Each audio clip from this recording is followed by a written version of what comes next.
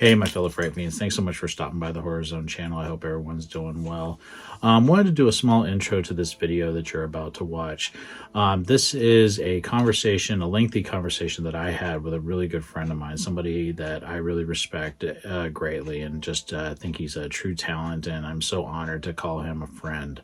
I'm, of course, talking about Rob Galluzzo, aka Rob G, director of the Psycho Legacy, writer-director of the Psycho Legacy. The Psycho Legacy documentary actually came out in October of 2010, and on September 14th of 2010, I started doing YouTube content. And it was one of my first videos covering the Psycho Legacy, and it wasn't the greatest video at all, but I'm grateful that I did that because it led to Rob and I becoming friends. He reached out to me and said, you know, he'd love to talk to me about it, and we scheduled time on December 17th to sort of just have, like, we didn't want to do it live, we just sort of wanted to have a conversation, and that's what you guys are about to watch. Just pretty much two friends talking about a franchise that means a lot to us. So I hope everyone enjoys this. I appreciate everyone supporting me. Please support Rob as well. And again, thank you so much, and I hope everyone enjoys this. Here we go. BoogeyMan band coming round the bend. Is BoogeyMan band. Is BoogeyMan band. Greetings, fellow Fright Fiends. It's your buddy BoogeyMan Ben. Hope everyone's doing well. I have a very special guest here in the Horror Zone with me, or in his own little horror zone or horror corner, or whatever you want to call it. My good friend, Rob Galluzzo, or Rob G, who I've known 15 years, I guess. We first started talking, and it was just, I think, pretty much casual, just through some of my videos and stuff, because 15 years ago, I had pretty much just started my channel. I started doing videos pretty regularly on, I still remember the date, it was September 14th of 2010. I did my first video. And one of my first, yeah, I know. It's like I started thinking, I'm like, man, I'm old now. I'm one of the early YouTubers. But yeah, one of my first videos was on your movie, The Psycho Legacy, and I still have my copy of it. And I remember I posted my video on it October 21st, and I saw that you had commented on this.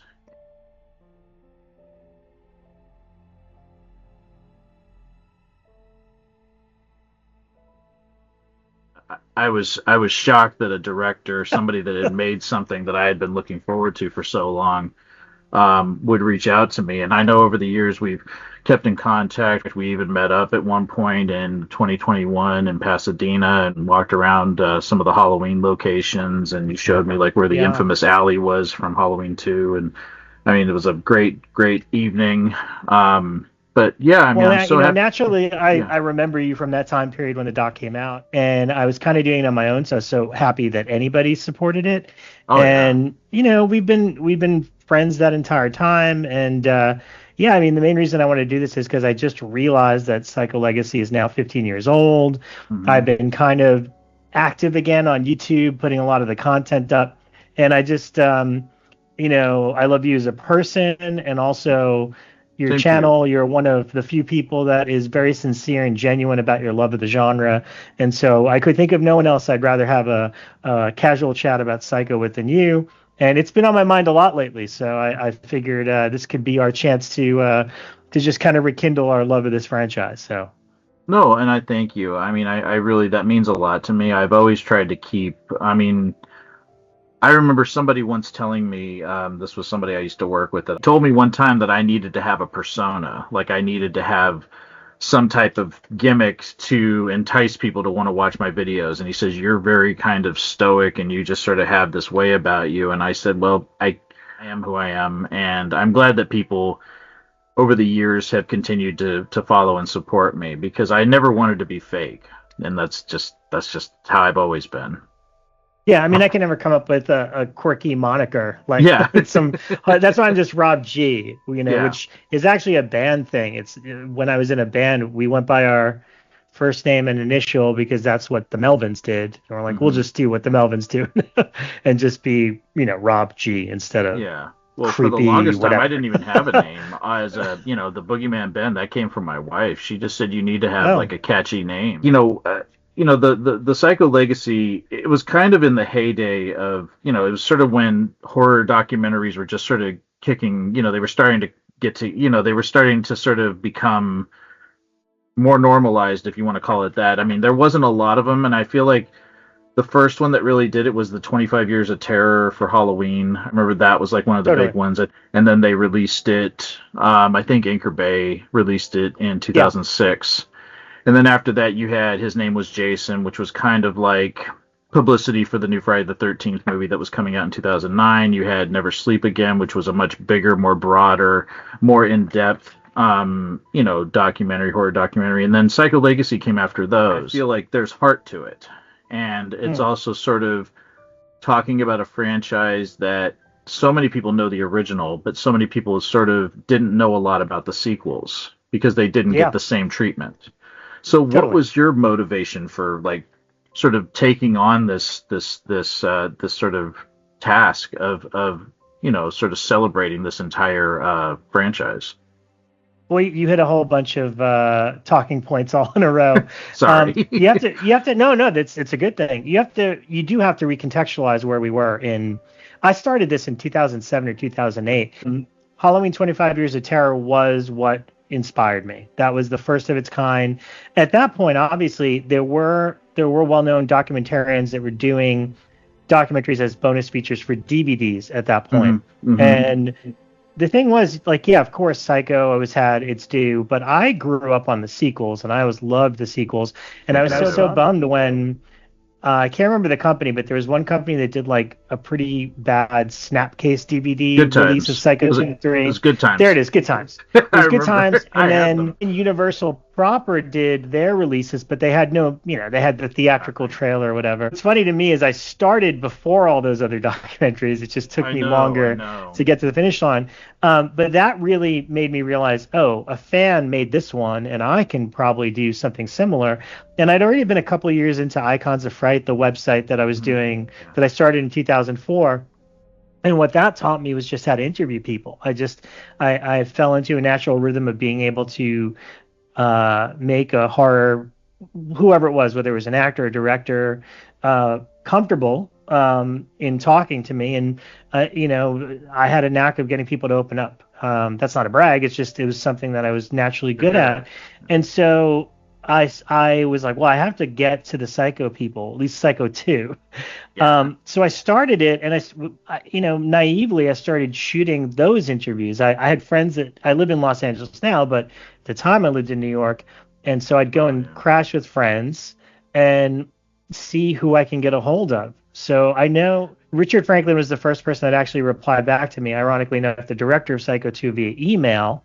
And although he ended up passing away, sadly, shortly after I contacted him, he directly put me in touch with Tom Holland. So Tom was really the first connection. And once I talked to Tom and came out, I shot the Tom interview and Mick Garris on the same day. So I flew out here, and I also didn't know anything about filmmaking. So I didn't go at it like, if I had, I don't know, $10,000, I can make a documentary. It was, I've got $350 that can get me a round trip ticket to LA, and I can shoot these 2 or 3 interviews. And that's why it took so long, is that's how I made the whole doc. But every time I came out, I talked to Tom, I talked to Mick, and at the end of Mick's conversation, and then I also talked to Cynthia, because she was in Psycho 4, but at the end of it, Mick had said, do you know Kat Shea? And I knew her as a director and that she was in Psycho 3.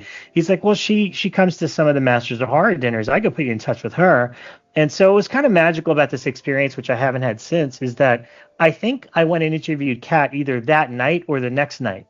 So a lot of them came together in a very natural way. So if you look at the way that Kat speaks to me, and even Jeff Fahey, those came together so fast that they really are on camera thinking about those movies for the first time in 10, 20 years, whatever it's been. And so I feel like I got a more emotional response out of them for that. But yeah, I started putting this thing together bit by bit. I also felt like I think this was popularized by His Name Was Jason later, talking to horror personalities or other people around. I did that because I didn't know if I was going to be able to get everybody, and I wanted at least a feature-length doc. So I was having these conversations with people like Adam Green and Joe Lynch at bars, And it's like, well, let's get this on camera. So exactly what you're telling me right now. Yeah. Yeah, that way I could round it out in the off chance I didn't get more of the actual people from the movies. But we had a healthy balance, and there were a lot of challenges along the way. I mean, one of the questions I get all the time is, when is the Blu-ray coming out? And it's like, well, I shot it when Blu-ray didn't exist. HD was not a thing. I shot it as a standard def DVD bonus feature. My goal was maybe Universal will put these on a future release. And when I did meet with them, because I started making so much noise that they were like, who is this kid and what is he doing with our property? I was curious about that, just because it was, I mean, there's so much. I mean, that just the set is such a big point of the Universal Backlot tour that, that's like one of the highlights, even, nowadays. I mean, so I was curious, like, what did they think about this? Was there any interest of them sort of like, backing it in any way? I mean, well, again, it was my first of many harsh lessons about Hollywood. Oh, wow. I think it was, we cut together about 12 minutes of footage, and we showed it at the Fangoria Weekend of Horrors in LA. And when I got that panel together, which now I'm like I can't believe it happened. Like, I can't believe, basically, I grew up a pretty shy person. So the fact that I put that together to me is unbelievable 15 years after the fact. But it was the reunion panel that somebody at Universal saw. And I went in for one meeting there with a guy that was in charge of like home video. And I pleaded my case. I'm like, look, I'm just a huge fan of these movies, and I think there's so much more value to Psycho 2 and 3, and you should put them out again, and I'll give you all this material. I'm already talking to everybody anyway. And for half a second, they're like, oh, that's really interesting. It's really interesting. And then, I don't know, 2 days later, they're like, oh, we're not interested in this really at this time. And again, I don't fault them. I mean, at the moment, maybe I did, but I don't fault them, because what people don't understand, and what I've learned a lot about, especially now, I've worked a lot in theatrical booking the last couple of years, is a company like Universal or Sony, one of the major studios, for them to put something out on DVD or whatever, they need to for it to be even worth their while, they need to be like, well, we're going to move, I don't know, 10,000 units. Okay. That's success to a Universal. But for Vinegar Syndrome or Arrow or Severin or whatever, they'll license that title for $10,000. And if they can sell 1,000 or 2,000, that is success to them. So it just depends on which pool you're playing for, what you consider to be successful. So I tried. They weren't interested. They said that I could go forward and make it on my own, but that I'd have to license the footage. And this is a big point of contention for the last 15 years, because I couldn't afford it. Let's just say that any money that came in for me to finish Psycho all went to Universal. Wow. So to be able to use, I don't know, whatever it is, 3 minutes of footage total, and I had to get very creative with the footage. Now you would use fair use. Fair use was still a very new concept in 2010. Had I had a little bit more of an education, I would have just used clips and fair use the whole thing.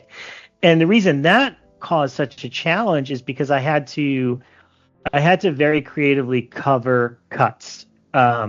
Somebody recently, I've been putting up these extended interviews and clips, and somebody asked me, why isn't all this in the documentary? And what I didn't know until I sat down to edit it is there's a lot of reasons why it's not. I mean, at that moment in time, the goal, if it wasn't going to be special features on DVDs, the goal was then, well, I have to have an 82-minute documentary. And of course, now people are doing 4-6 hour documentaries, but back then, Friday the 13th was 7 hours. That made it acceptable. But back then, it's like you had to just be 82 minutes and out. Otherwise, it was too long. It was too boring. People don't want all those tidbits. And the other thing that nobody ever thinks about is people talk in a different pace. So not to single him out, but for example, Henry Thomas, who's a lovely, lovely guy, and I found this about a lot of actors throughout the years. He's one of those actors that thinks very long and hard about everything he's saying. But if you're cutting from somebody that's speaking fast like Olivia Hussey to Henry Thomas, that your pacing's now off. And so Completely. what you do is you snip out the blank spaces, and now I need something. I need an image. I need 2 seconds of a movie, anything to cover that cut. Again, I learned that the hard way. Now, if I were to do it again, I would just use clips from the movie, and just do I fair figured use. that was, not to cut you off, I apologize. But I No, know no, no. not, but when we were Cut when I was away. when I was watching for the first time, not being in the industry like you are, I did go to film school. I did have hopes and dreams of doing screenwriting at one point, and then I thought about editing, but I just sort of never found the will to sort of move myself down to Southern California. I felt like I was too tied to my family. I was a single mom, I had grandparents, and I had just started dating the woman that I would eventually marry. So it was kind of like I said, do I really want to uproot and go down there? And there's times now that I think as an older man that I should have, because I love movies, but then I've heard people that say when you're in the industry, it takes away your love of movies and storytelling just because it's such a cutthroat business. You made Um, the right choice. That's all I'll say. Absolutely. You have family time is so important. The yeah, people in your lives are so important. I think everyone's made mistakes in their life, but I wish I could have more time with my parents. I wish yeah, I could have done that. And you've got your zone there, which is excellent. yeah. Trust me, you're in a good position. Don't regret any of that stuff because there is a lot of heartbreak on this side of it too. Oh no, I know, and I, I've talked to other people that have worked in it, and I understand it. I guess it's just that as a kid, being an only child and being somebody that was home a lot, by myself, because I grew up at the time where there was a lot, the kidnappings, things like that were happening. Kevin Collins was like a big one that happened in the Bay Area, and I was around his age. So my mom was just like, I was a latchkey kid pretty much. I was kind of like, Mm. if I'm not home, you're in the house, you're not outside. So, stories, cartoons that started with that, and then it started with movies. And I discovered Psycho. I remember seeing clips of the original Psycho, the shower scene. I remember seeing clips of it. I never watched the whole movie. And then for some reason, I remember at a very young age seeing the end of Psycho, and I Mm. confused Marion Crane with Lila Crane because they looked so Oh, similar, and I was a yeah. kid, and I'm like, oh, she's still alive. I thought she died in the shower. I still remember thinking that as a kid. But what really brought me into the world of Psycho was Psycho 2. And I still remember discovering that movie when it hit cable in 1984. I think it was June of 1984. We were at my uncle's house, and my uncle and aunt, and she had the cable guide. People probably don't know what those are anymore, but it was on her table, and it had pictures of Chevy Chase from National Lampoon's Vacation and Anthony Perkins from Psycho. And I just saw this man kind of, he had a haunted look to him, and I just remember the Psycho House, and I was a big fan of haunted houses. I had already loved Salem's Lot. The Marston House is pretty much modeled after the Psycho House if you look at it from certain angles.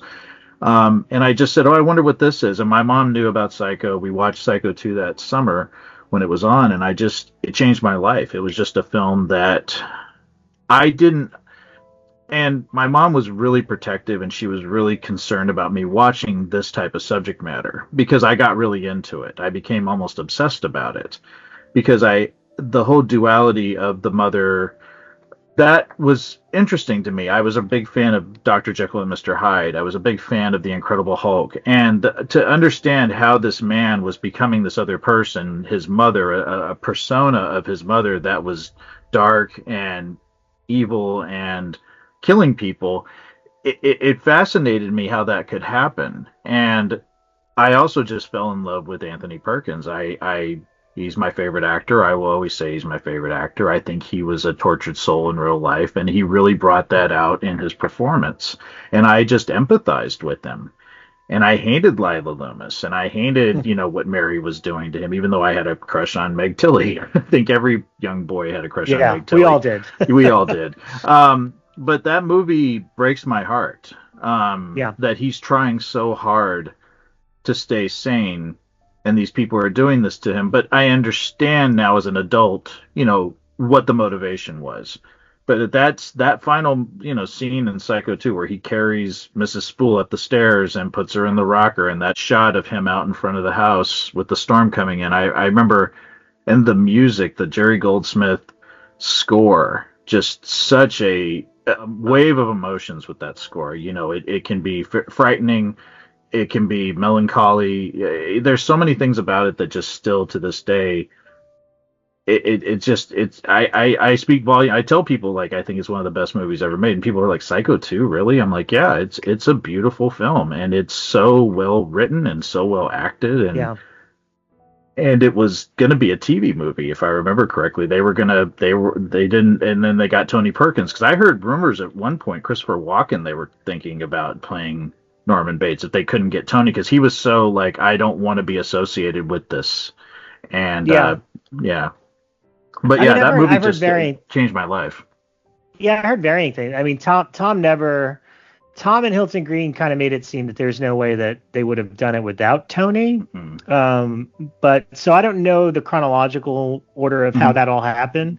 But yeah, it was supposed to be a cable movie in those days, and then it became a theatrical feature when he got involved. Yeah. Yeah. But going back a little bit, yeah, my first memories also were. It's interesting because I think a lot of it is timing for us, especially because we are of that generation of kind of the 80s horror boom. But my earliest recollection is being at my cousin's house and walking in there was like some family party, and I walked in and I saw something from Psycho 3. It was the old one pointing and Norman hitting, and like there was the first it's the first imagery that I remember. And I mean, if that's what, 86. So if let's say that it was hypothetically on cable by 87, like I'm 10, I'm 11 years old. I'm not old enough to comprehend. Yeah, I was 13. So I saw that. Yeah, I saw that moment. It just like, I was like, what is that? And then somewhere shortly after that, I definitely felt like Psycho was always kind of in the peripheral. And you kind of knew the screeching violins and the shower scene. Yeah. But I remember there was something called the Horror Hall of Fame that aired on TV. I still have it on tape somewhere. And it was kind of like, they did 3 years of it, although the third one is kind of more of a recap show. But it was hosted by Fangoria, and when Tony Timpone was the editor-in-chief. And they had, I don't know, 5-10 minute segments on all these classic films as they got inducted into the Horror Hall of Fame. And sounds very familiar. Was like these little, there was all these like little making of bits about Alien and Exorcist and Psycho. So that was really, I remember seeing it on the Horror Hall of Fame. Perkins giving the best horror movie award. This is in 1990, because I remember the movie that won was Arachnophobia. I remember that. I completely remember that. I remember that because I remember him emceeing, or like he was announcing it, and then he goes, oh, he said, I heard that movie is really good. Oh, I really need to see that. It was just like he hadn't seen any of them. It was he hadn't seen any of those horror movies. Yeah. So all of those memories kind of swirled simultaneously, and then we're of the generation of the video store, and so I miss it. I mean, it might have. To me, it feels like I had a year of Psycho and a year of Nightmare on Elm Street and all these franchises. Honestly, it was probably weeks. Like, I probably got into one franchise and watched everything I could rent, and then moved on to the next one and the next one. And I loved them all. I watched everything that was on video, Sleepaway Camp, the trilogy, etc.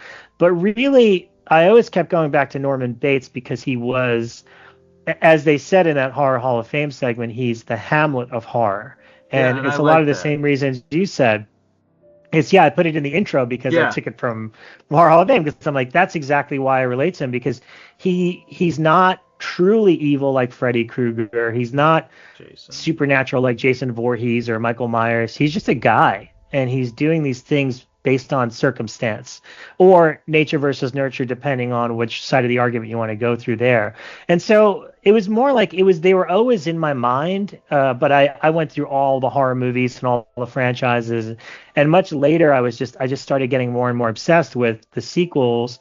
And around the time we were doing Icons of Fright and talking to a lot of these people, and again, the fact that there's so much information about Psycho 1, but I couldn't find anything on 2, 3, and 4. And I remember for premiering. So I had Me too. like that. I loved that movie when it premiered. I went to Universal in Florida. I have a photo in front of the Psycho So House jealous. there. So jealous. It was right by the Hard Rock Cafe. Yeah. So I just started thinking, I'm like, well, look, Mick Garris went on to create Masters of Horror, and Tom Holland, who's also a Master of Horror, wrote it and then went and did Fright Night. I just saw all these little parallels, They all including the connected. actors, Yeah. and I'm like, they've all done such interesting work. Like, I think this warrants like further discussion.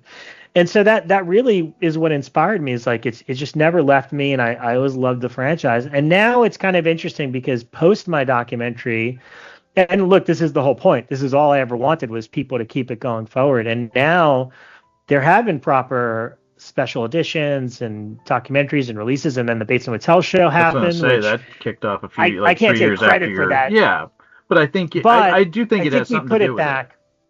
No, totally. We put it back. We did put it back on. I mean, Universal wasn't paying attention until we did the panel, and it just kind of started getting people started talking about them again. And that's all I really wanted, was if we can get people to talk about these.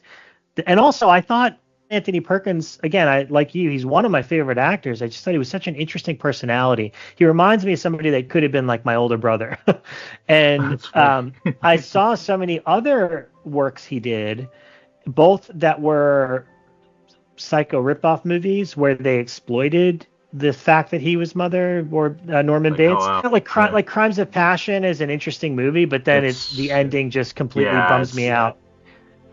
Because they did it to him over and over again. So between his performances, not only in the ripoff movies, but then things that aren't ripoff movies, I just thought he's such an amazing actor, and I really thought as a director he didn't get any credit at all. No. So these are all my motivating factors into doing the doc, and really paying tribute to him.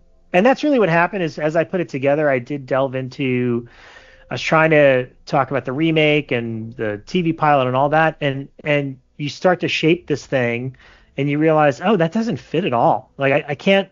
We're clearly talking about Perkins and his arc as a person through the franchise, and it's like I can't just dip to the remake for 5 minutes and come back to it. So yeah, I remember you did. I did buy the remake eventually because Scream Factory put it out, and you had the special feature. You were talking to the editor, if I remember correctly. Yeah, I mean, fun story. Years later, I'm a big Dexter fan, and I ended up being fortunate enough to do the Dexter podcast for season 7 and 8. And my buddy Scott Reynolds is the writer producer of that show still to this day.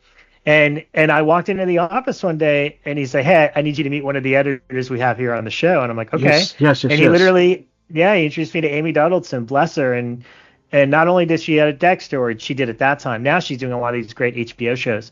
But he said her first editing gig was to Gus Van Sant's Psycho, and I was like, "Oh my God, you have to tell me everything." So we became great pals. And when when Psycho 2 and 3 got special editions from Scream Factory, Michael Felsher, who's a great friend and one of the absolute best in the business when it comes to special features. Red Shirt Pictures, right? Red Shirt Pictures. I did a lot of work for him over the years, and he's a great friend and great collaborator, and I think one of the best.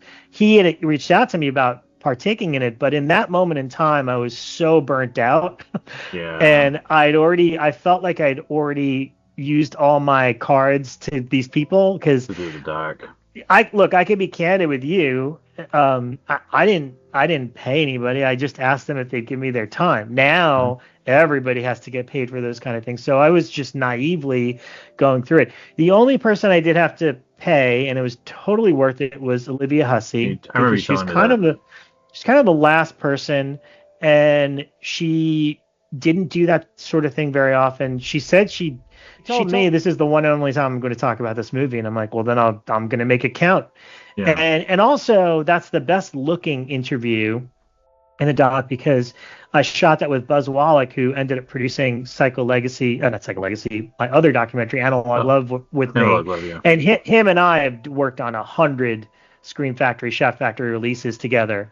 And I had met him at that moment in time because he shot Never Sleep Again. And Yeah, and I don't know if you know this, but I really wanted to do that movie, Never Sleep Again, because I just moved to town. I was finishing Cycle Legacy, and again, to this day, I'm proud of the content, but I did make a lot of technical mistakes along the way. And we could talk about that in a little while because again, I've been thinking a lot about it, and there's crazy things that I want to do today to No, it's fix fine. things. No, But no, it's great. um, but yeah, so there was a moment I had helped out a lot on His Name Was Jason, and one of the producers of that was like, well, ended up becoming um, one of Anchor Bay's biggest selling titles, and Absolutely. so I that bought between that, it. yeah, that and 25 Years of Terror proved that you can make a documentary and have it be its own release as opposed to just a special feature. So that was the turning point there. And naturally, since this producer had worked on His Name is Jason and got me across the finish line for Psycho Legacy, we went in and pitched a Nightmare on Elm Street one. And it seemed like a done deal, like a no-brainer. In fact, it's the reason I kind of moved to town because I thought, Oh, okay, I wow. got one documentary, I'm going to do this next one, etc. But what I didn't know was there was kind of a fraction on His Name Was Jason camp, and the other producer director, who I am very good friends with now, the other one kind of decided that they weren't happy with His Name Was Jason, which is why Crystal Lake Memories exists. Yeah. It's basically that team went off to do what they thought should have been the version of His Name Was Jason. And again, I think there's merit in both versions. But they had started a Nightmare on Elm Street. They started Never Sleep Again. They started Nightmare on Elm Street 1. And Buzz Wallach was, again, he was the DP on that, the cameraman, super young, very talented. And we didn't know each other. He did a little bit of writing on the Dread Central website. So we had a little bit of crossover on the website side. But to his credit, because I was very heartbroken, I moved to town to make Never Sleep To Again. make And that now all of a movie, sudden, all make these that other doc, people are yeah. making it. And now it's like I don't have a job. I don't know what I'm doing. Like, what am I doing here? Buzz reached out to me and called me, and he said, "Hey, man, we know each other sort of, but can we grab coffee?" And we did. And he was just so polite and kind. He's like, "Hey, just so you know, nobody on our end was doing anything on purpose. We because of our negative experience, we decided to just take the ball and roll with Never Sleep Again." And he said, we all like you. If you want to be involved, like we'll involve you somehow. And basically, I was kind of like, I mean, it's so stupid now, but basically, I was like, well, it's kind of like, I was courting this girl, and now she's with the other guy. Yeah. I don't want to know about them dating. I just like You you just, yeah, guys you're go like and out of sight, out I of hope mind you're I kind of hope you're thing. happy together, but Yeah. I don't really want to know about it, sort of deal. But that because of I thought that was such a class act thing to do, that because of that, Buzz started getting called in to do a lot of these Roger Corman bonus features and all that stuff. And he's like, hey, this is the guy to do the interviews. And so we started working together a lot. And what was cool about that was the moment we were there, we were doing these features for the Roger Corman line at Shout Factory, and that was the moment that they're like, we're going to start something called Scream Factory, and our first titles are Halloween 2 and 3 and They Live and The Fun House, and can you work on all those? And at that moment in time, I'm like, oh my God, I grew up on all these movies. Like, of course I want to talk to whoever will talk to me on them. So that's kind of the again, for every negative, there's usually a positive that comes out of it. And so I had a great relationship that came out of me not doing that project. And Buzz ended up doing my next documentary. So it kind of all worked out in that regard. But anyway, I digress a lot. No, I love it. And I remember I remember 2012 when the Scream Factory movie started coming out and Halloween 2. And man, you got the TV cut, you got the regular cut, you got the documentary about, talking to the actors. You had Lance Guest, you had Leo Rossi, you had I'm like going, oh my God, the Gloria Gifford. You had so many amazing interviews in that. And I just, as a fan, and I wasn't a Halloween 3 fan at the time. I've become a gigantic Halloween 3 fan, but just those first Scream Factory releases, are just gold. The Funhouse was Oh yeah. amazing because it's one of my that was the Funhouse was the first horror movie I saw in a movie theater. I was about it Wow. was 1981. It was March of 1981, and I remember my mom and her friend Louise and her son Tori. We were good friends, and his sister, and we all went to see it in Oakland. And I still remember seeing the poster with the mouth, Gunther's mouth, that poster, going to see it, and I still vividly remember the scene where Gunther is going up to the girl that falls through the floor, and there's the wind propeller behind her. I remember that whole scene and it freaking me out, and just the look of Gunther. And I was not even 7 years old when I saw that. And Oh, then that wow. same summer, I saw American Werewolf in London for the first time in the movie theater, and it scared the living shit out of me. I talked about it many times, but it scared me so bad. I remember I was at my dad's house and I had a waterbed because it's 1981. And I remember I was laying in my waterbed looking up at the ceiling. I wouldn't look at the doorway because I just kept thinking, if I look down, I'm going to see the Kessler wolf. I'm going to see that werewolf walking towards me. It's still like is a very vivid memory from when I was 7 years old. Well, all those names you mentioned, they're all talking to me. Like, I'm not on camera or anything, but it was such I look back on it now and I was so fortunate that I got to do, I drove Tobe Hooper to the Invader from Mars commentary insane. track, and we got You lost got on the way there.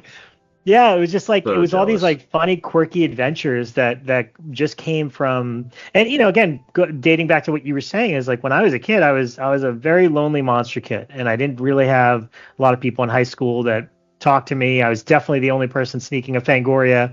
I remember specifically the one with Halloween 4 on the cover, and I couldn't wait for that movie to come out. And Saw it yeah, it was opening night. Saw it opening night. Yeah, me too. And that's the thing. It's like years later getting the opportunity to these gigs, which by the way they didn't pay well. I still had to work a regular 9 to 5 job while I was doing that stuff on the side. But it was all the experiences were really fun. And I don't know. I feel like we've lost quite a lot of that. Special features are not what they used to be. The budgets have dwindled, so it's not really even worth it for documentarians to do it unless they love the movie. And I feel like everything's been exploited. I can't think of a title that gets me excited when they announce a new edition Like a new of special Troll edition. 2 in 4K. Really? Yeah. Like I wish I could time travel back to 2004 when we started Icons of Fright and tell somebody, hey, in 20 years you're going to pay $60 for a 4K of Troll 2. And just get the reaction. It's crazy. I agree with you about it isn't what it was, and I think that I'm grateful that I was in film school. I still remember my professor who was a critic for the San Jose Mercury News. His name was Glenn Lovell, and he was my intro to cinema teacher at SF State my first year. And I remember him telling us, I just got a brand new DVD player. This was 1997. Yeah. And I remember going, what's that? It's like I had heard about them. I got my first DVD player in 1999, and I just thought it was so amazing because with VHS, you could never just buy the movies. You had to rent them because of the video stores and things like that. But I was able to buy Salem's Lot. That was one of the first, DVDs I ever bought. I bought Deep Blue Sea, which was another first one that I bought. And I thought it was so amazing, the special features. And it was such a magical time for somebody that loved the craft of filmmaking to see what went into something that you experienced on the big screen. And then you're watching like how it all came together. And I don't think people appreciate stuff like that anymore because we are so... Everything is so much bigger now. We have so many outlets to sort of look at stuff now. We don't have to wait for a DVD. We could search on YouTube and find something. And there's merit into having access to stuff on YouTube and all that, but it just felt a little more special in that era when DVD was first coming out. I remember I was working at Tower Records at the time, and we were selling DVD. Me too. We were selling DVD players. And everybody at my job kept buying the DVD player and like the Matrix, and I couldn't afford the player yet, so I kept buying DVDs, and everyone kind of made fun of me because they're like, "Why?" I bought Suspiria and Army of Darkness, and Anchor Bay was already starting with the Argento and like these cool horror things. Yeah. And I remember everyone's like, "Why are you buying all these DVDs if you don't even have a player yet?" And I was like, because you're buying it, you go home and you watch The Matrix over and over again. When I finally get my player, I'm already going to have a library. So very smart. There's that. And I remember distinctly going to a friend's house with the like, I think it was a double or triple DVD of Army of Darkness, putting the disc in to watch the deleted scenes, right? Because it's like, I love this movie. Oh my God, there's scenes I've never seen before, and what a big deal that was. Now you go on YouTube and you can find it all, no Oh, problem. But I kind of miss the early DVD era, even compared to Blu-ray. Blu-ray obviously looks better, but DVDs even had Easter eggs. Do you remember that? There used to yes, be you would websites it would tell you like just flip around and you would see there would be like a highlight little this icon. thing Yeah, in the yeah, yeah, corner. yeah. I That was loved that. fun. I loved finding Easter eggs on DVDs too. But So, just anyways, our golden era. talking about the fact that you were buying them, you were collecting them before you had the player. I still remember taking days off of work when like the Beverly Hills Cop collection came out, and I think Yeah. it came out in January of 2002. I took the day off from work.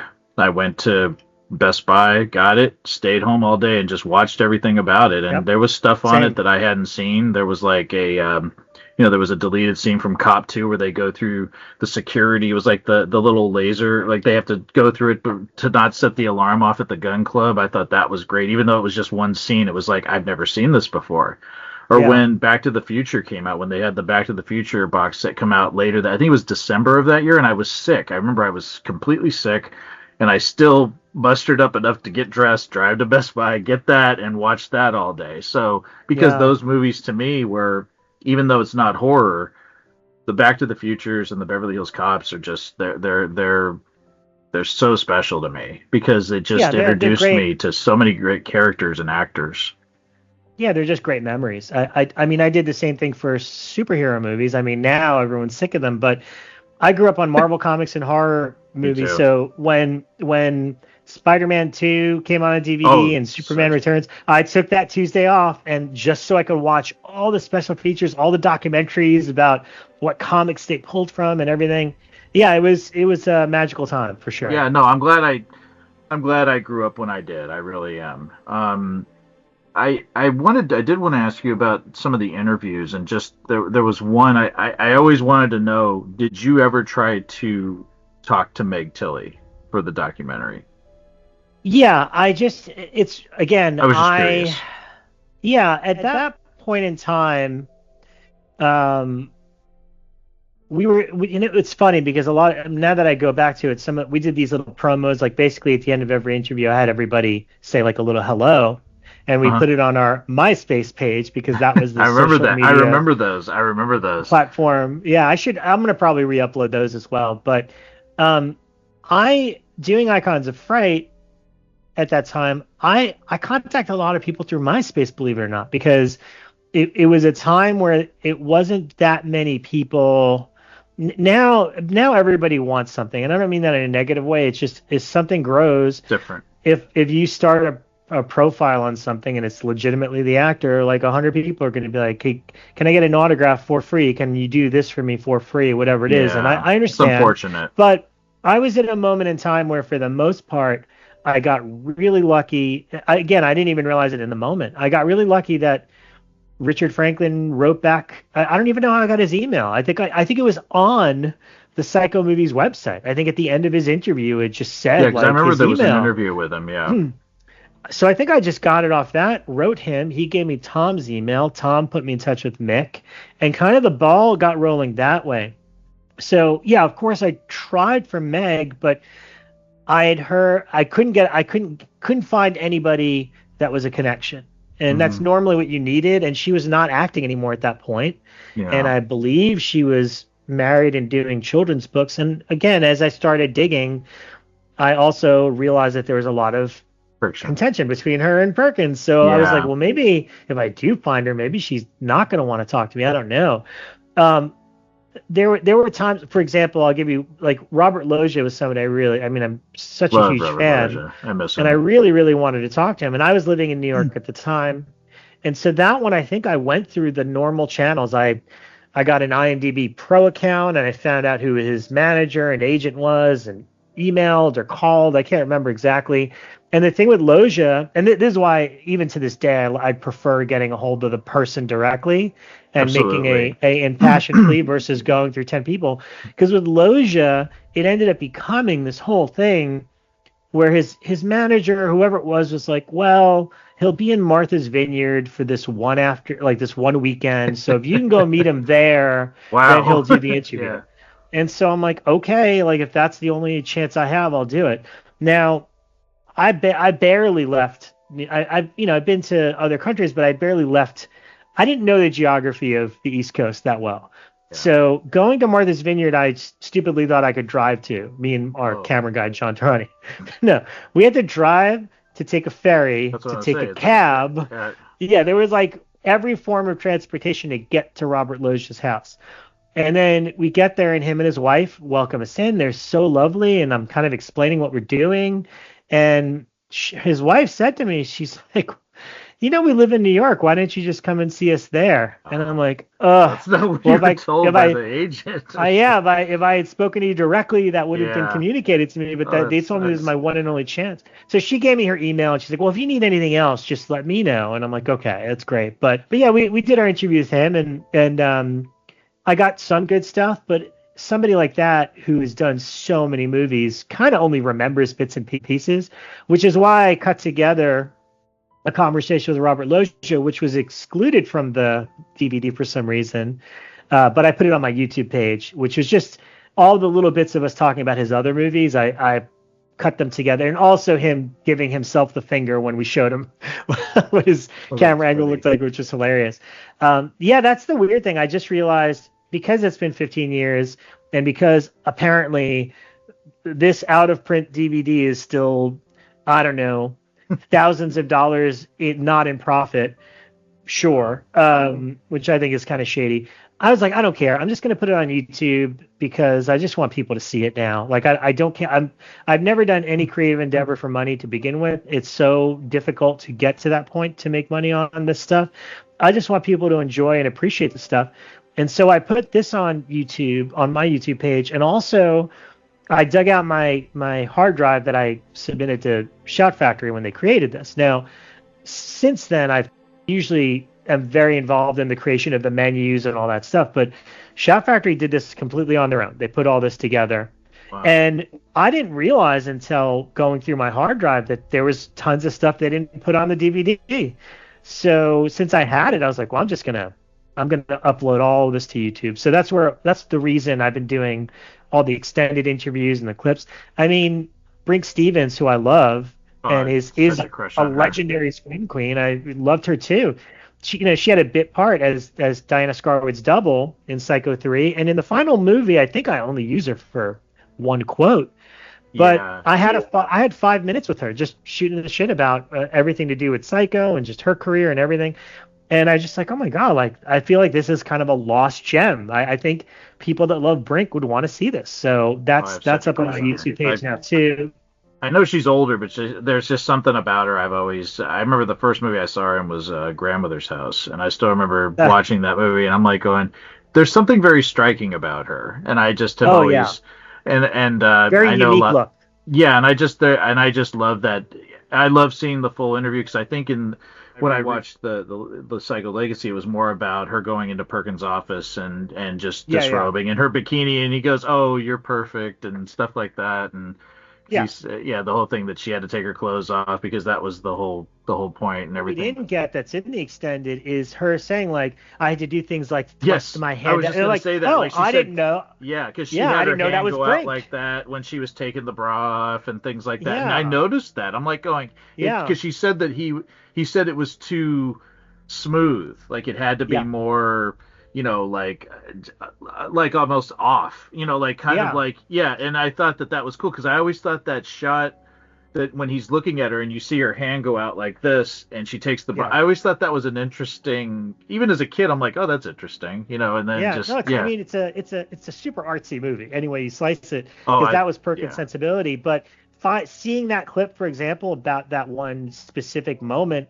I have to put this on YouTube. Like, I want people to be able to see that was Brink's contribution to Psycho 3. The Charles Edward Pogue interview, and he was talking about the whole thing about what their version of Psycho 4 would have been, about the institution burning down and Norman escaping with this mute girl, going back to the Bates Motel, which is kind of like a murder weekend destination, and the guy that played Norman was not going to be there, so Norman would play Norman. And I said, as much as I love Psycho for the beginning, I wish I could see that movie in some capacity, like animated or something. I don't know. It's just like, it would just be so that is such a, and I remember reading Charles Weinkauf's book Split Image, which I'm not a fan of, because Mm. I think it was kind of mean-spirited. I remember getting that book in '96 when I started college at SF State. It was at the student bookstore. And they talk about that was the idea for the fourth film. I'm like, oh God, I didn't know that. And so to Yeah. hear him actually speak about it was because it was it was their brainchild,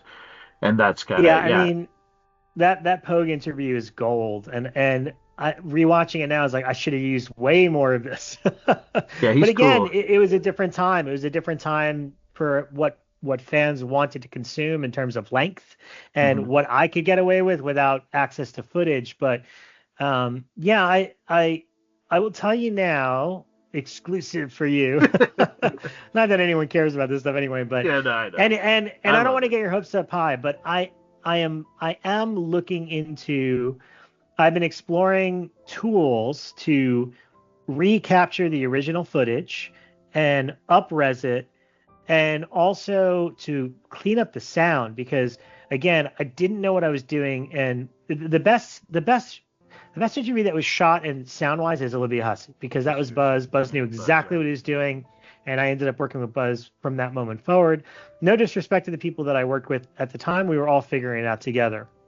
But I'll tell you, just the other day, I did there's a kid in Italy that wanted to do an interview with me about Nirvana Unplugged of all things, and I was like, sure. And I shot it on my phone, on my iPhone, and then I looked back at the footage and I was a little bummed because I live on a busy street, so I heard some sound, some noise, some yeah, some background noise. But then on the latest iPhone, you could just click audio edit and they give you like six options of cleaning up sound, and I hit it and it fixed it in an instant. So I'm kind of like, okay, if I can fix audio on an iPhone video that I just shot, I'm sure the tools have gotten to the point in editing software that are much better than 15 years ago. And so it's a crazy idea, and again, I'm only just playing with it now because it would solely be for my own liking. But if I can upres and fix the audio and recapture the footage, I might redo a version of Psycho Legacy and put all that stuff back in because I think now I have the skill set to work with the pacing, to use footage from the films so you could see exactly what we're talking about and make it um, fair use. Like, okay, they're talking about this specific thing, so I yeah, can use that to yeah. cover the cuts and all that. I don't know. I think that would be kind of fun, and I only really got into it because I started rewatching those extended interviews, and it's been more commonplace now. Again, I think I have a 6-hour Aliens documentary that I bought not that long ago. So it's like fans are totally okay with the super long version of these Well, things yeah. if it's good and compelling and good stories. So I've been thinking about, and I think I'm going to try to explore how I could do that in 2026. Also because the disc's out of print, so the version of it is on YouTube, the one that existed in Yeah. 2010.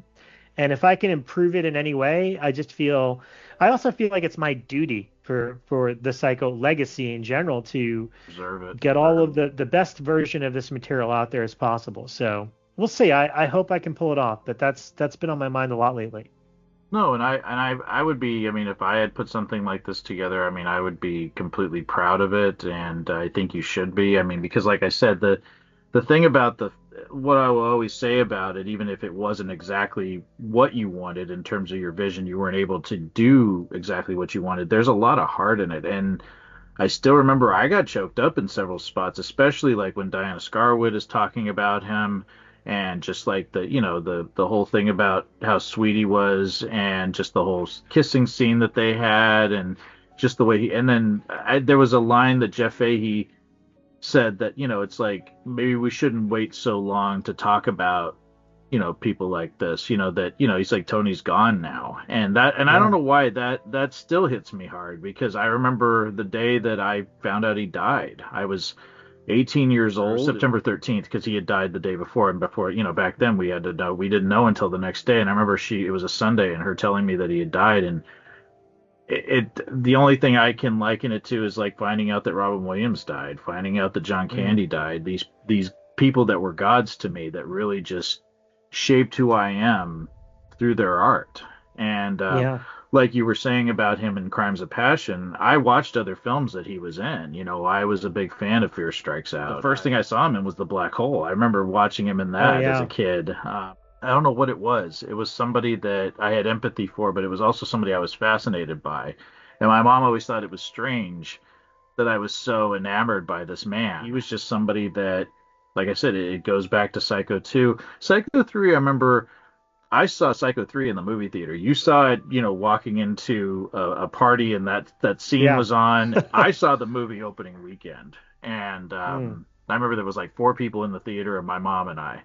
And I was depressed at the end of that movie too because I didn't want him to go back to the institution. I didn't want him to Yeah. be crazy. And I loved what Charles Edward Pogue talked about with the idea that what if Duke was like there was like versions where Duke was the killer, and I almost thought that would Yeah. have been kind of interesting if that would have been the way that it was, and I said that would have been really cool to go that route, but I understand why they didn't.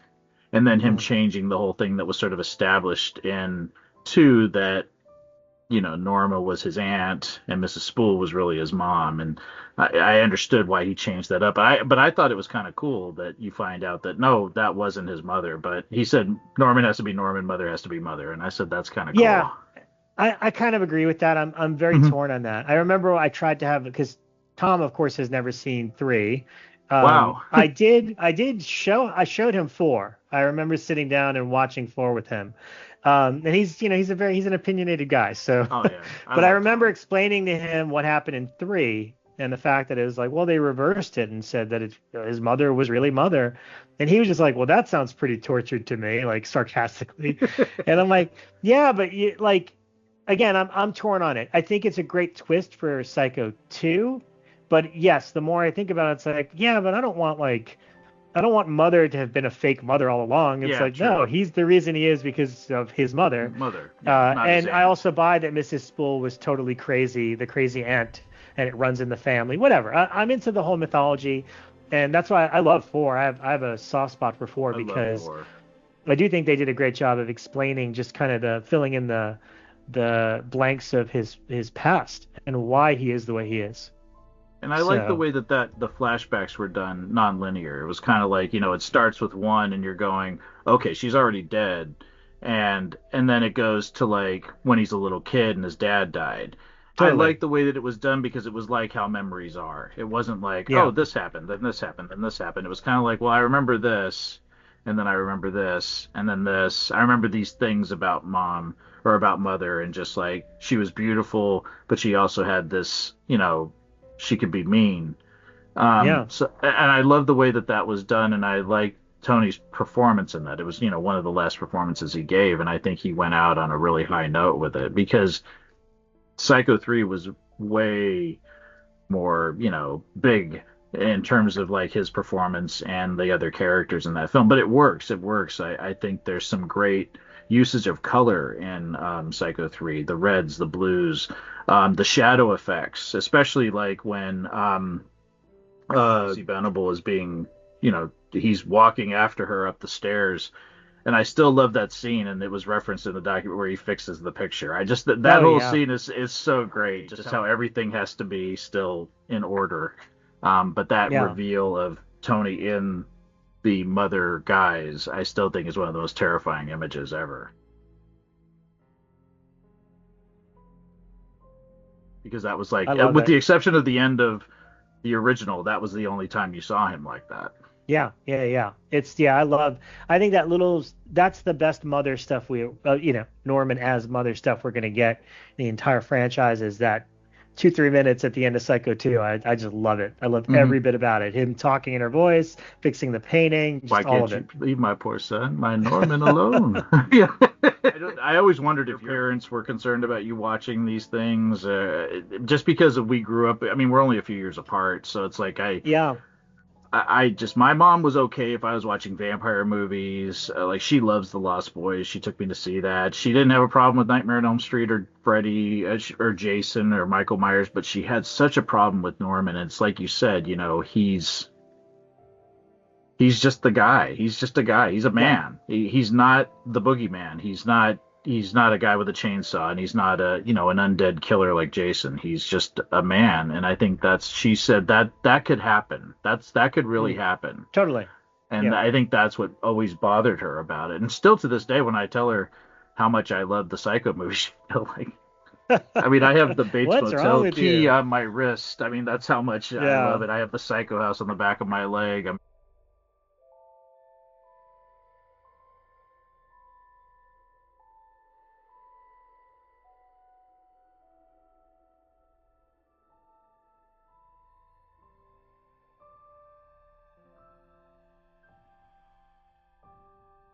mean, I love it, and Yeah. one day I want to walk on that set. I would love to, and I would love to. I know they have the Halloween Horror Nights. I haven't been there since 2019.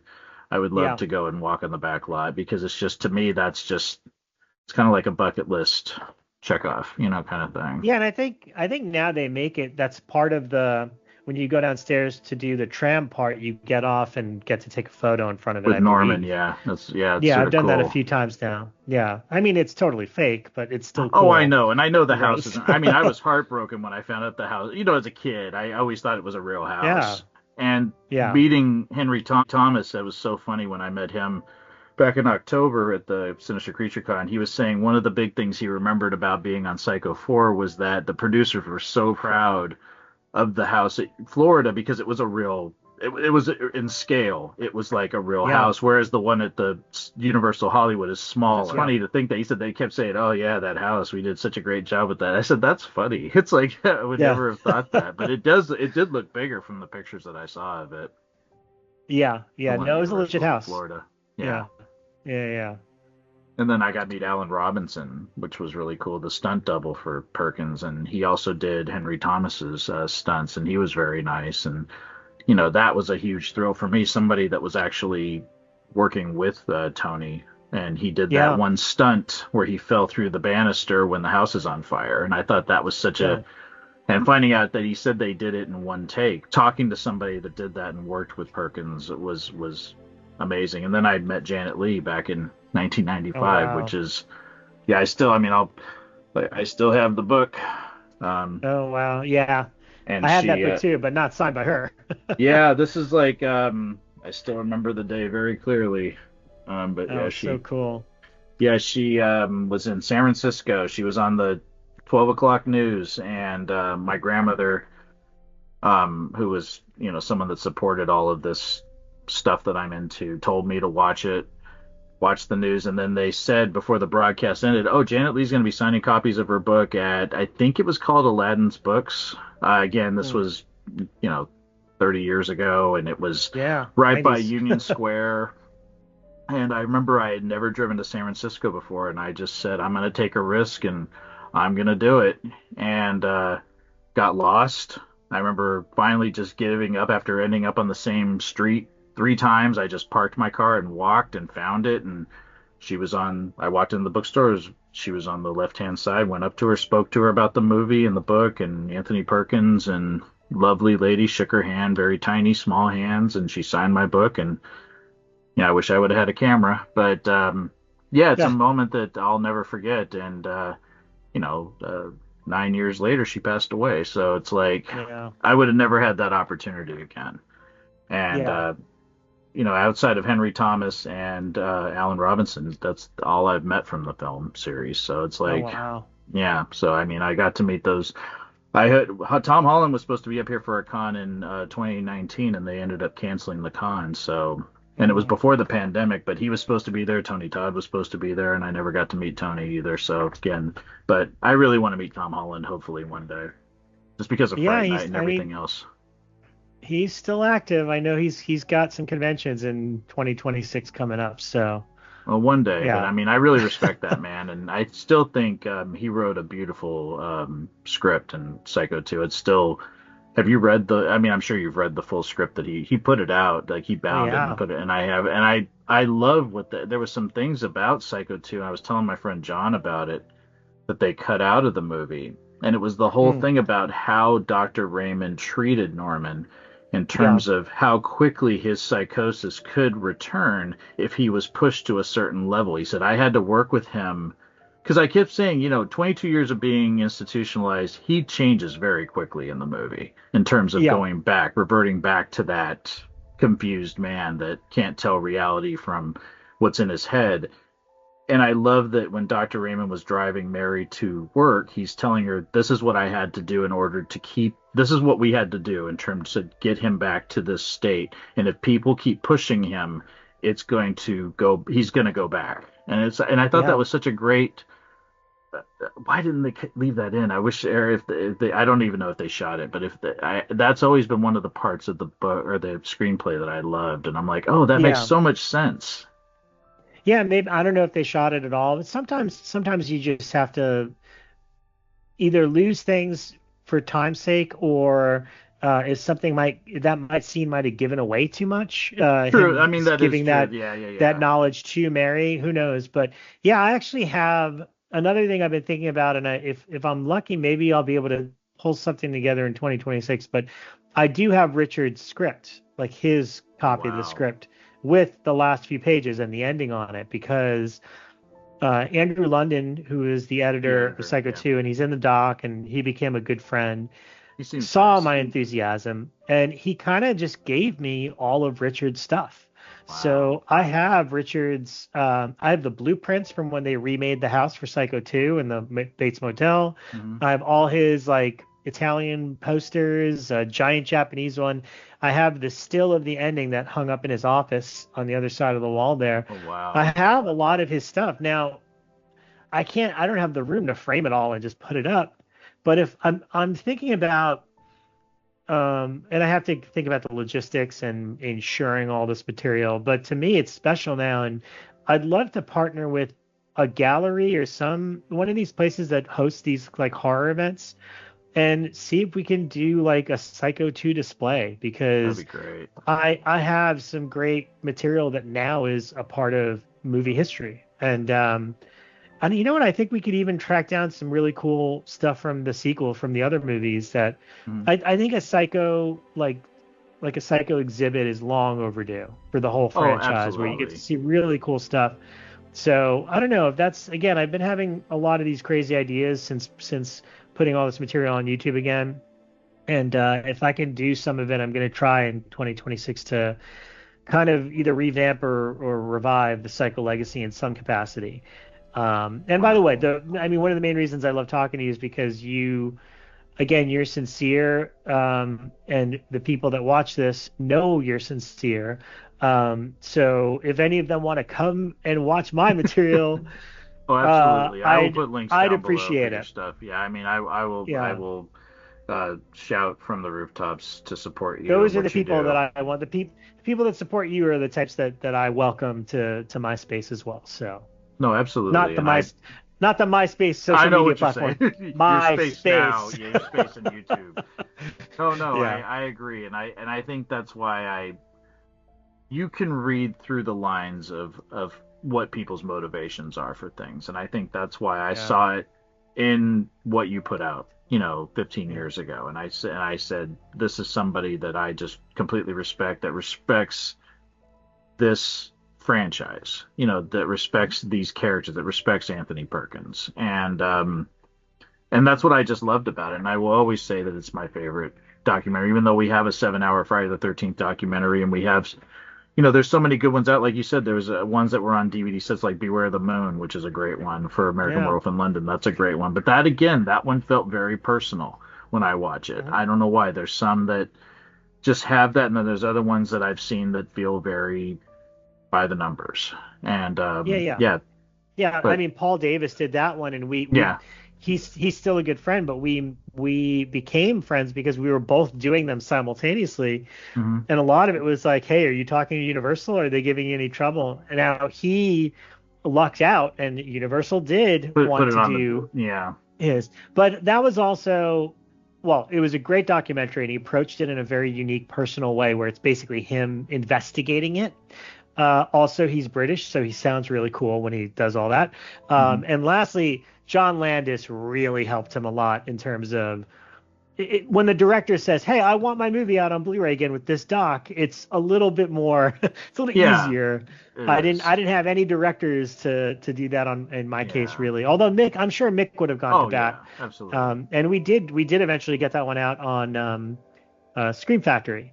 Yeah. And I sat in on that commentary. That was kind of fun to be able to see the three of them together and listen to them do it. I also did the Tony Gardner interview that's on the Psycho 4 disc Okay. was one that I had done. Yeah.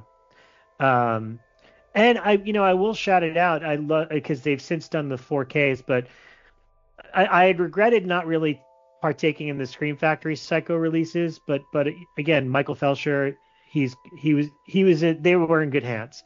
So then when Arrow decided to do their version of Psycho 2, Yeah. which Yeah. I actually have it. oh yeah. This one. Well, the original one, yeah, that was the Yeah. UK only version. But Yeah. when they approached me to do that, I had felt the desire, and so I was like, well, you know what? What's unique and new, and I decided I wanted to get Tom and Mick together, and I came, believe it or not, I came very close. It was going to be Tom and Mick, and actually, I think I also batted the idea of Stuart Gordon because Oh it's wow. Yeah. called The Yeah. Masters of Horror on Psycho. Stuart Gordon being there, but then I also thought it might be awkward because him and Mick had never talked about the Psycho 4 thing that came out of my doc. Like I don't think Mick knew that he was supposed Oh to wow. that Perkins wanted him to do it. And Carlton Cuse, who was the showrunner and creator of Bates Motel, the show, which was airing at the time, Yeah. and he did return my email. He just wasn't available when we were doing it. But I thought that would have been cool to have like past, and present talking about approaching how they all approached Norman Bates at three different times. Yeah. So once Carlton couldn't do it, I just kept it to Tom and Mick. And again, I think that was, I don't know, 2017, 2018. I can't remember when we did it. But when that 4K set came out, the one that you just held up, I watched it, and I watched it objectively, like forgetting that it's me. I think that's my favorite special feature I've ever had anything to do with. That conversation. It's like 40 minutes long.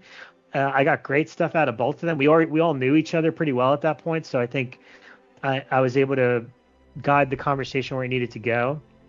And I also did something with Chet Williamson, who wrote Psycho Sanitarium, because I felt like I really failed Robert Bloch on Psycho Legacy. Although again, the shape of it turned out to be about Perkins, really. Yeah. You had like a one thing that you were focusing on, and it was Perkins and the persona and everything. And so yeah, if you had talked about Bates Motel, the pilot with Bud Cort, or if you had gone and talked about the Gus Van Sant 1998 version or the remake, then it would be kind of like, okay, what's this doc really focusing on, kind of thing. Yeah. So I understand you had a vision.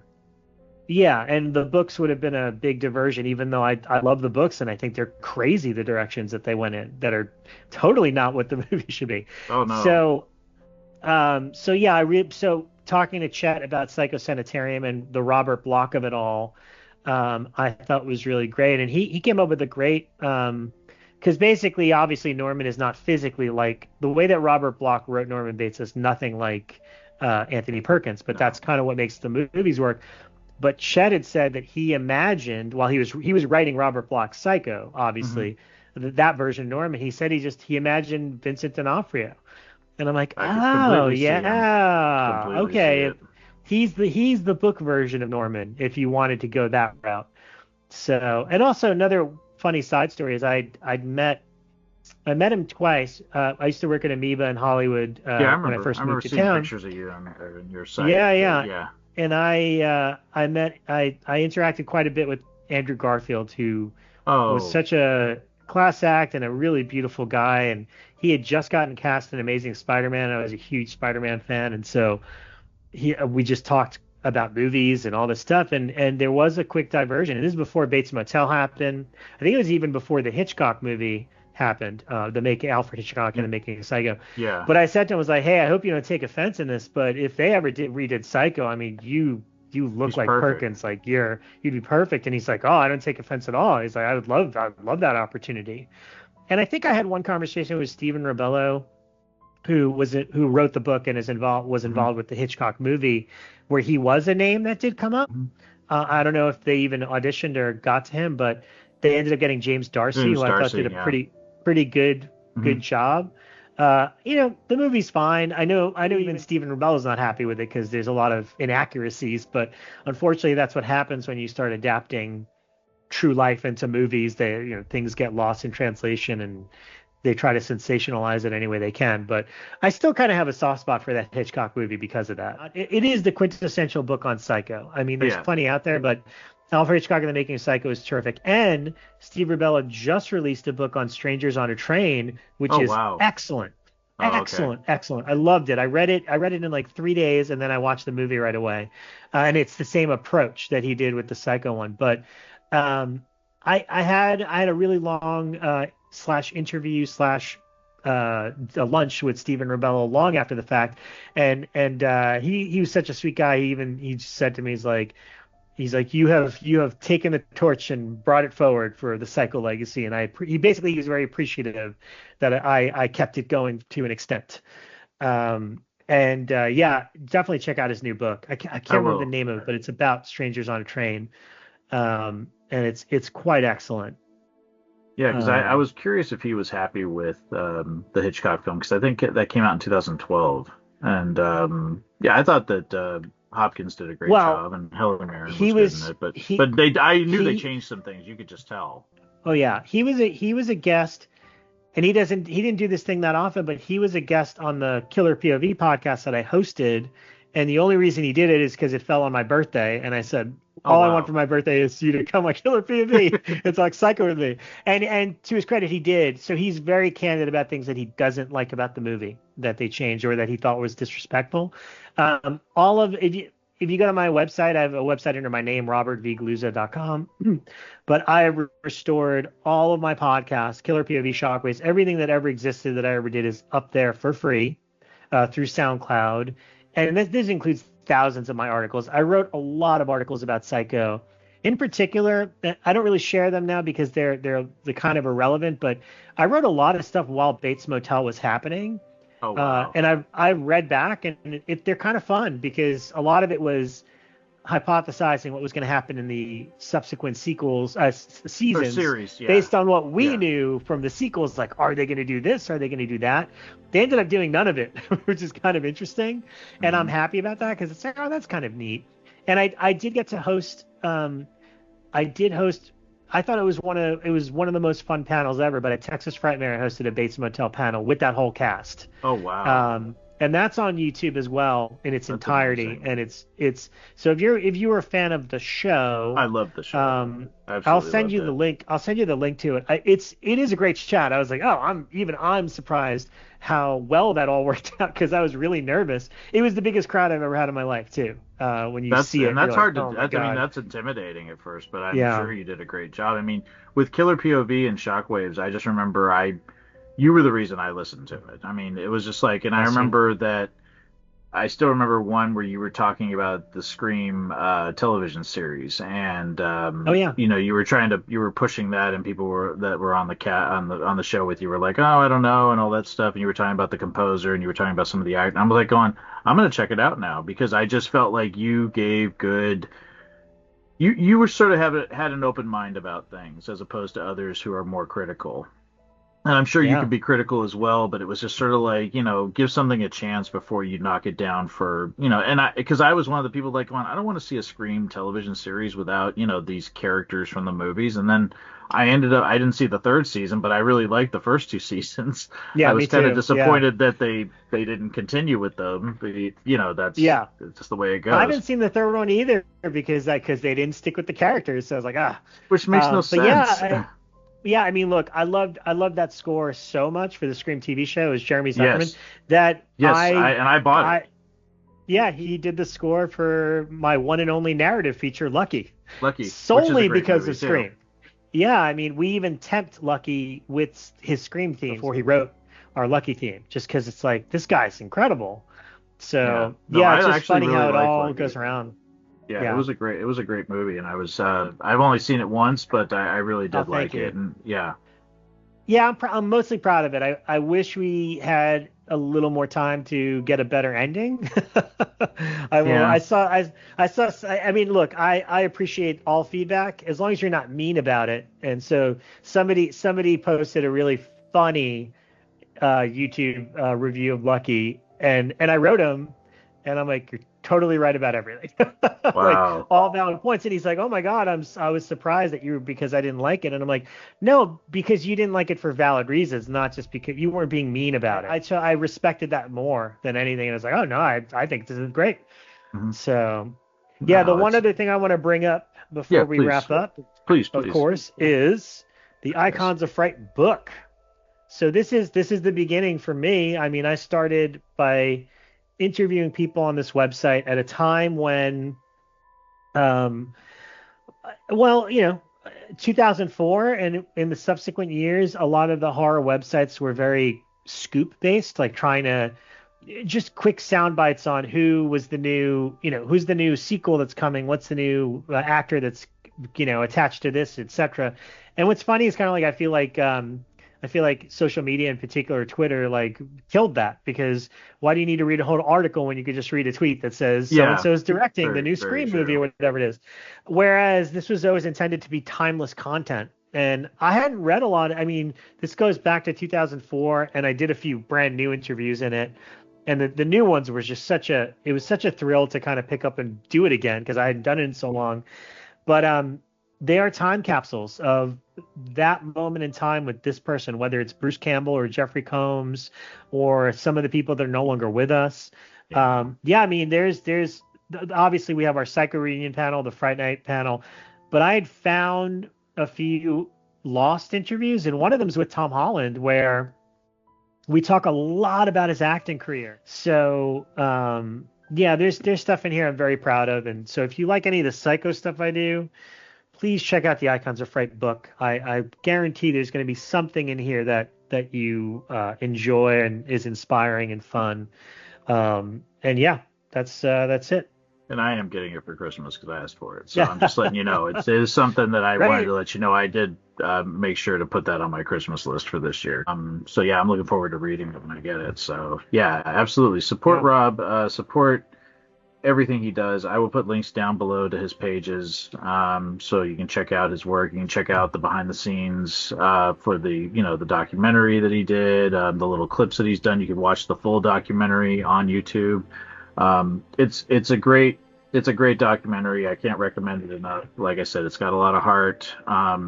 It's something that really, it was one of my first videos on this channel talking about it. Thank you so much, Rob, for just taking the time today to just sort of talk to me about the industry, talk to me about your love of the genre and the franchise, and of this amazing film series that you so beautifully captured in terms of the love and the heart that went into it, and your amazing documentary. It's been an honor having you here. Yeah, it's really great. Thank you so much. And I really hope we can do this again. I would love to. I mean, this is like I know we've been talking, but through Instagram and chat and things like that. But I really value that time that we spent hanging out in Pasadena that night. Is one of the greatest times. Yeah. And just walking around and finding horror movie locations that I didn't realize were that close to me.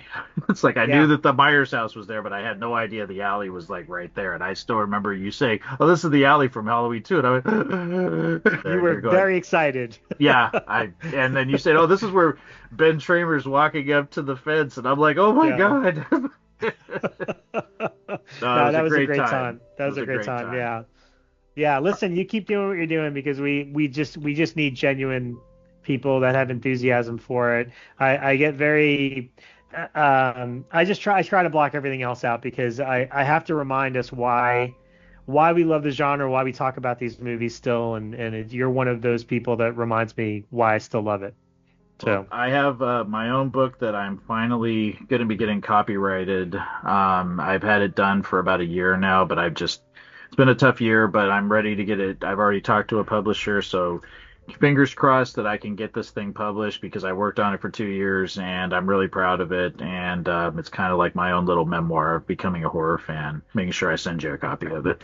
Yeah. Oh, I'll be buying one. Don't worry about it. Gotta support.